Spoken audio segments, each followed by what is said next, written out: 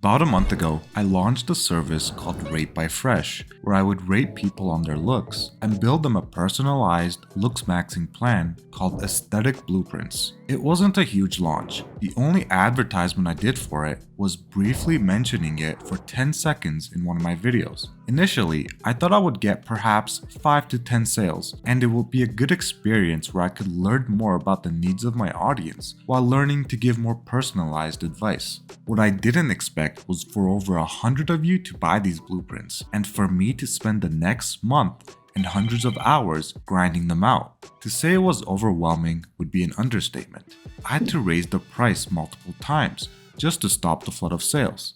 The initial ETA I gave for these plans was 1 to 3 days, but it ended up taking me an embarrassing amount of time to deliver any orders at all, as seen on some of these reviews. The experience was a huge grind, but it gave me invaluable experience and insights into my audience and their needs. I want to use this video to give you some tips on creating your own aesthetic blueprint, because I believe a personalized approach is by far the best way to get results. With that said, here's what I've learned after spending a month and hundreds of hours making blueprints for others. Number 1, you need a strong foundation. If you're overweight and are carrying a lot of body fat, it's kind of pointless to focus on building a perfect wardrobe or finding the perfect hairstyle. There's a hierarchy in the LOOKSMAXXING ladder, and I think the foundation of it all is being at an acceptable body fat that actually lets your features shine. And I don't mean that you need to be at 7% body fat and see every striation in your body, which brings me to my next point. People are built different. Some guys, believe it or not, look better a little husky with a layer of fat over their muscles, aka bear mode. God, bro, your voice is crazy. What the f? Some guys have certain facial features where going too low in body fat actually makes them look worse. A common example of this is the orbital bones that reveal really deep dark circles if you get too skinny. Now, don't take this as an excuse to eat junk food and get fat, but be cognizant of what body fat level makes you look and feel healthy. Number 3, balance is everything. You need to learn to balance out your features. Here's a very common example that I saw. Hairline thinning is pretty common for a lot of guys. If your hairline is thinning, you want to balance it out, which means going for a hairstyle that is more of a fringe rather than something brushed up or parted. If you have a big nose and you let your hair cover your forehead, it shortens your face and makes your nose look a lot bigger, which creates an imbalance. Simple things like learning how to balance around your features will make a big difference in the way you look. Number 4, the ideal physique. One really common thing I saw from guys that obviously worked out was that they put very little effort into balancing out their physiques. We all naturally understand that if 10 people hit the gym for 1 year and they do the exact same training routine and have the exact same diet, they aren't going to look exactly the same. Some people's chest and arms will be bigger because genetically that's their strong point. Some people's legs will blow up because that part of their body responds the best to training. After a year or so of working out, you should notice some body parts looking smaller than the others. The obvious thing to do is to change your training routine and add more work to your weak points so you can bring them into line with the rest of your body. It feels like a lot of people blindly follow training routines without thinking to personalize it for their own physique. Number 5, touch some grass. Your lifestyle reflects on your face a lot more than you might think. Within a few seconds, I started recognizing which guys spend way too much time inside of their houses all day just gaming.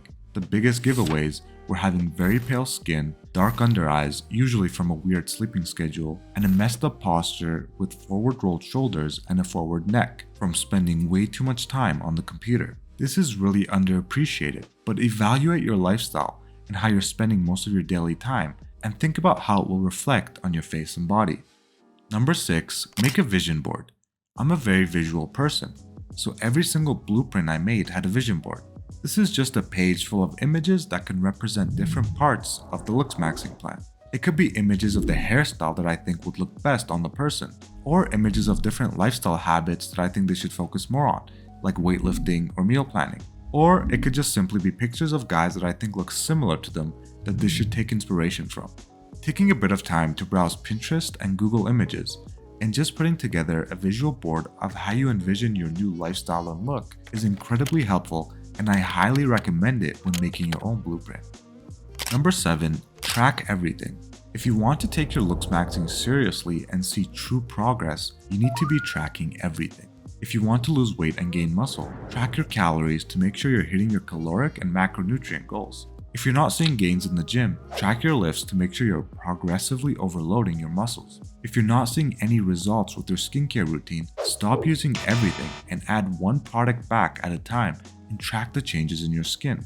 A lot of the guys I did blueprints for said they had been working out for years, but when I looked at their results, they looked like someone who had been working out for about 3 months. Some guys had dry, sensitive skin, but had been using skincare products made for oily skin for months, and it only made their skin worse. You can save months to years of spinning your wheels making no progress if you just put some effort into tracking. I thought this was so important that halfway through making blueprints, as a token of my appreciation for their patience, I created a Notion template to track all aspects of LOOKSMAXXING and gave it to all the blueprint buyers for free. I'll put a link to the template if you're interested in buying it. Number 8. Get fresh eyes. We see ourselves every day, so it can be really hard to objectively judge our own look sometimes and put together a solid plan for improvement. That's what I think is the biggest advantage of getting a total stranger to do your blueprint. They're going to be a lot less inclined to sugarcoat what they see, but if you have some really honest family and friends, it can be very enlightening to ask them about what they think of how you look right now. Number 9. The future of aesthetic blueprints.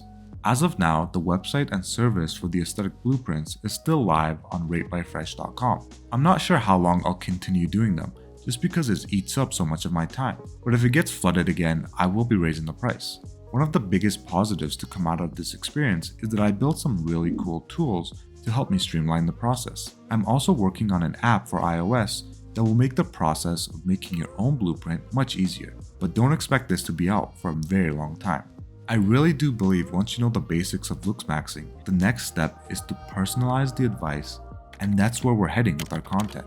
With that said, these were the biggest tips and advice I have for anyone trying to make their own LOOKSMAXXING blueprint. Good luck, and make sure to follow the channel and join the Discord. I'll put the links below.